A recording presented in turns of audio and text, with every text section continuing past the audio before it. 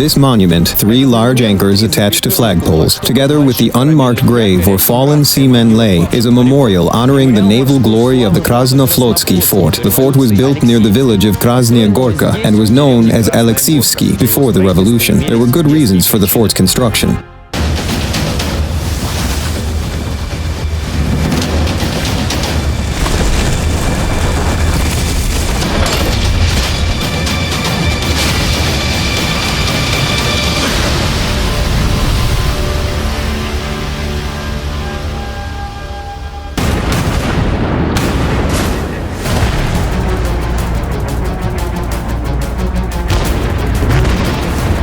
By the middle of the first decade of the 20th century, when the first dreadnoughts came into existence, it became clear that the Kronstadt fortress was practically obsolete.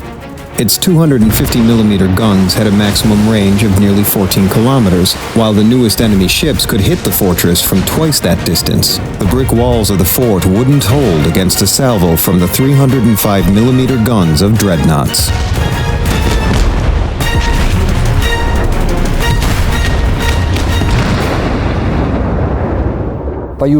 Two underground concrete forts were built along the southern and northern coast of the Gulf of Finland. They were named after their locations, Cape Inojemi, Ino for short, and Cape Krasnaya Gorka. The total area of the Krasnaya Gorka fort is 450 hectares. The fort's highest point is the observation tower of the 305mm gun battery, rising 36 meters above sea level. The internal walls were 1 meter thick, while the slabs were at least 2 meters thick. The fort has 4 batteries. The first battery had 8 280mm howitzers with a range of 7 kilometers. The second battery housed 8 250mm brink guns with a range of almost 14 kilometers. The third battery consisted of 8 305mm guns, 4 guns in open mounts, and another 4 in twin turrets. Finally, the last battery had 6 152mm Carnair guns, primarily intended for fighting enemy landing parties. The fort garrison consisted of 2,570 people. A hot air balloon was used to observe targets. It floated above a special tower at a height of 1 kilometer. The enemy ships didn't stand a chance of making it to the mouth of the Naval River when caught in the crossfire from the Ino and Krasnaya Gorka forts. This is the gun position of the 250mm gun battery. There were 8 gun positions in the fort, 1 for each gun. They housed the guns designed by the Russian scientist and artilleryman Anton Frantsevich Brink. Each gun position had an area of about 200 square meters and could accommodate a whole crew of 45 gunners. But there was no need for this, since most of the gunners were frequently underground, so usually only 10 people stayed here at one time. The gun barrel was more than 11 meters long. A shell weighed 225 kilograms. Rate of fire was 1 shot per minute. Range of fire was 14 kilometers. At the time when Krasnaya Gorka was being built, the battery with brink guns was intended to become the main armament of the fort.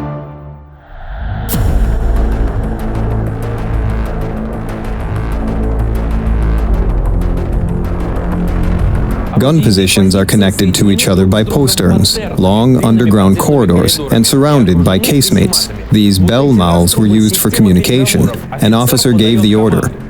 Attention, attention. Alert, alert. Action stations.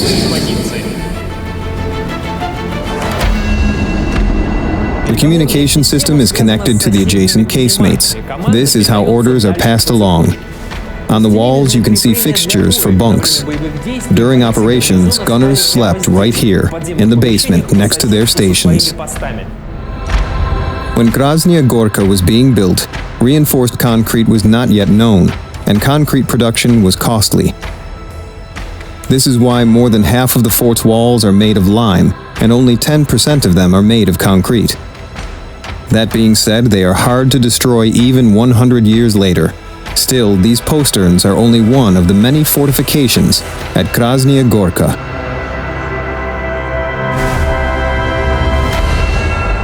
We are standing on an artificial hill. To the right, behind 2 rows of barbed wire, there is a military base. The majority of the fort now lies on its territory and the public is not admitted there. Behind and below is a firing and searchlight station.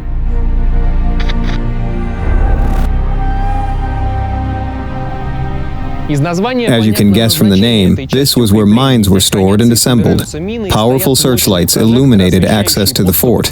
Towards the sea, the construction was protected by a low-firing wall, which operated as a kind of bastion. But this is only the tip of the iceberg. The most exciting constructions are hidden underground.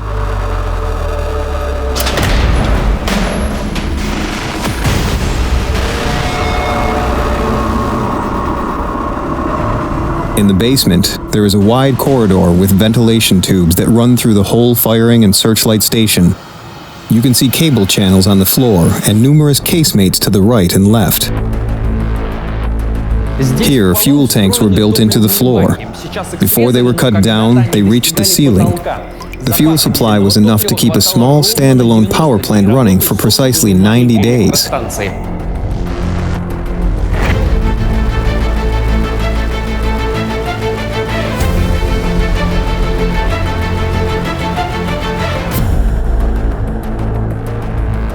This is a pumping plant. It housed a pumping system which took in water from the swamp. Then the stagnant water was thoroughly filtered, turning it into high-quality drinking water.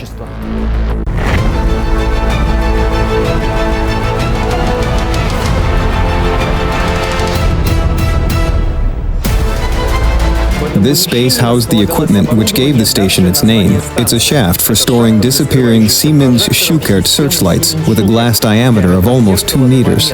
There are 2 shafts at the station. They are covered over with slabs now, but when they were operational, the searchlights were brought to the surface right from here.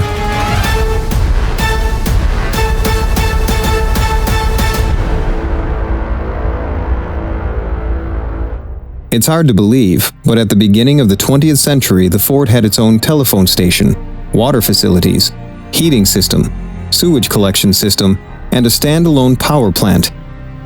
The engineers who worked on the construction of the fort became real pioneers. This was the era of breakthroughs in Russian engineering. It was so surprisingly productive that Germany no longer tried to use its high seas fleet to enter the eastern part of the Gulf of Finland. These forts fought a silent war deterring all challengers.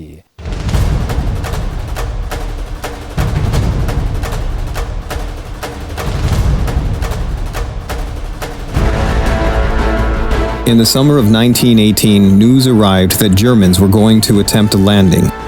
The Russians decided to mine the fort.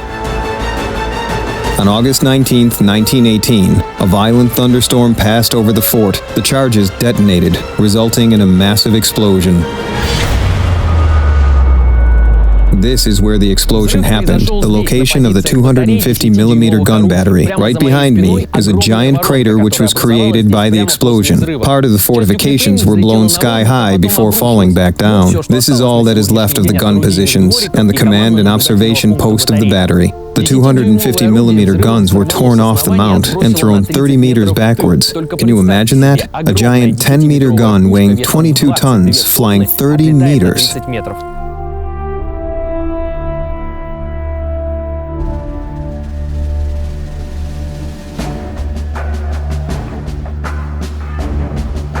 These concrete blocks are part of the battery's command post. They were brought here by the explosive force, cutting down trees as they went.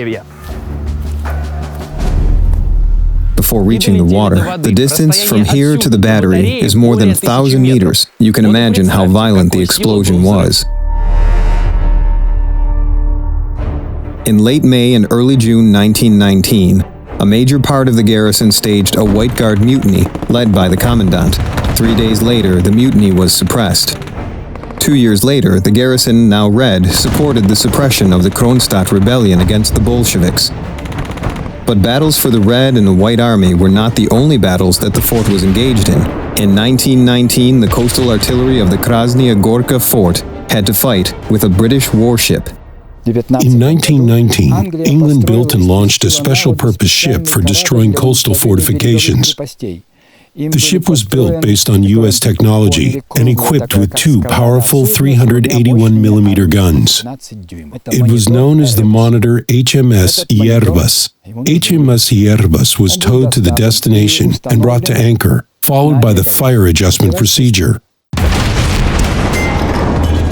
The guns fired a few salvos, but the 900-kilogram projectiles landed near the fort, failing to detonate, and did not inflict any damage. Meanwhile, an observation scout at the hot air balloon from the Krasnaya Gorka spotted the target, and two trial shots were fired from the fort. The third 305mm gun's shot could have reached the ship. The Englishmen hastily cut the anchor cables and towed their monitor straight back to the port in Edinburgh. Thus, the first successful fight of the Kronstadt fortress was provided by the Krasnaya Gorka fort. However, the battle was not over yet. The Englishmen needed to learn how the fort artillery guns aimed, detect the observation scout, and eliminate him. Two planes came from the direction of Karelian Isthmus. Their task was to detect the observation scout and find out how the artillery guns of the Krasnaya Gorka fort aimed. The first plane did not detect the subject and returned to base. The pilot of the second plane suddenly noticed a hot air balloon with a person wearing a fur coat in a wicker basket at 1,000 meters above the ground. The pilot came closer and fired with his machine guns. 2 of 4 cables of the balloon basket were cut, and the basket tilted with one side downward. The plane started turning in a wide arc to return and destroy the balloon. The observation scout fired back at the tail of the plane with his machine gun and shot it down. This was the first case that a hot air balloon was used to shoot down an enemy plane during World War I by Russians.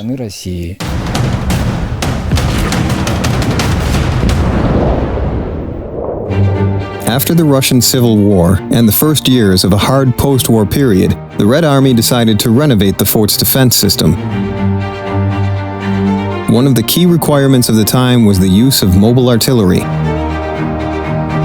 The weak point of coastal artillery is its immobility. The enemy is always aware of gun battery positions and knows where projectiles will come from. It makes the fixed guns an easy target for return fire. Mobile artillery, for example, mounted on a railway car, is another story. From the early 30s of the 20th century, the construction of special railways and artillery positions for this type of gun began at the Black Sea, in the Far East, and at the Baltic.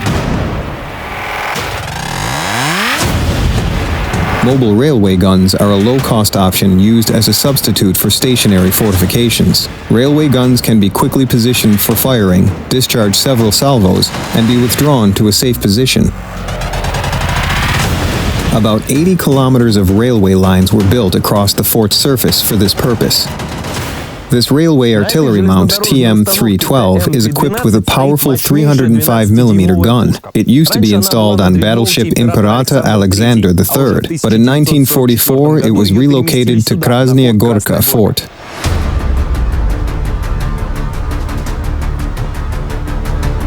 The projectiles were collected from a truck and an armored wagon behind the railway car by means of a cradle moving along the guides. After a projectile was delivered to the gun, a device in the shape of a log located behind the gun breech pushed the projectile into the barrel with compressed air. Unfortunately, this device has not survived the test of time.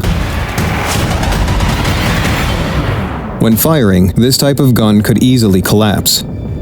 That's why it was positioned on a special site. At the Krasnaya Gorka fort, this site was called Object 100.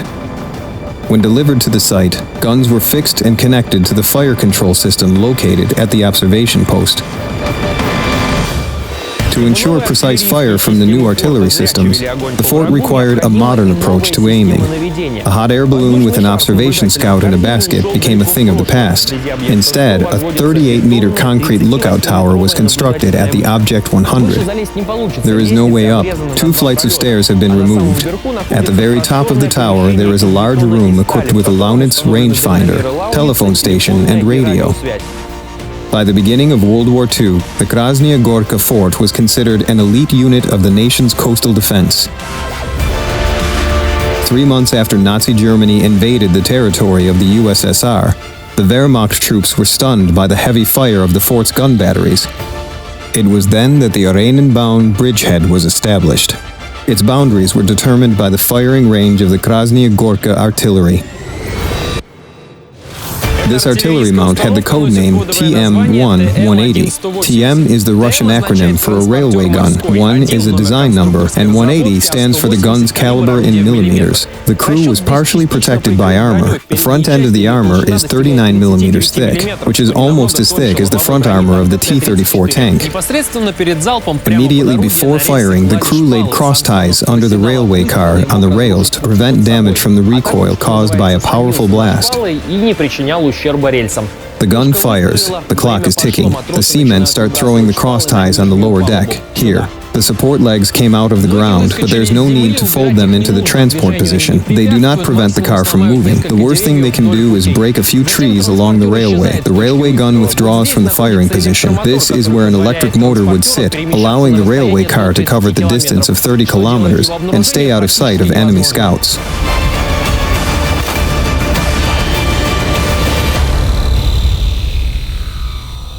The Krasnaya Gorka artillery not only deterred the enemy on land, but ensured security in the sea lane, forcing the Finnish gun batteries to stay silent.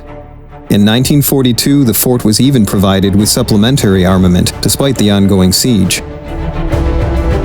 This is a well-known Soviet 130mm B-13 pattern 1935 gun. Judging by its appearance, it is inferior to the Karner and Brink guns. However, the B-13 has its own advantages. It is equipped with an armored shield, protecting the crew from shrapnel and bullets, and has a high rate of fire, producing up to 14 rounds per minute.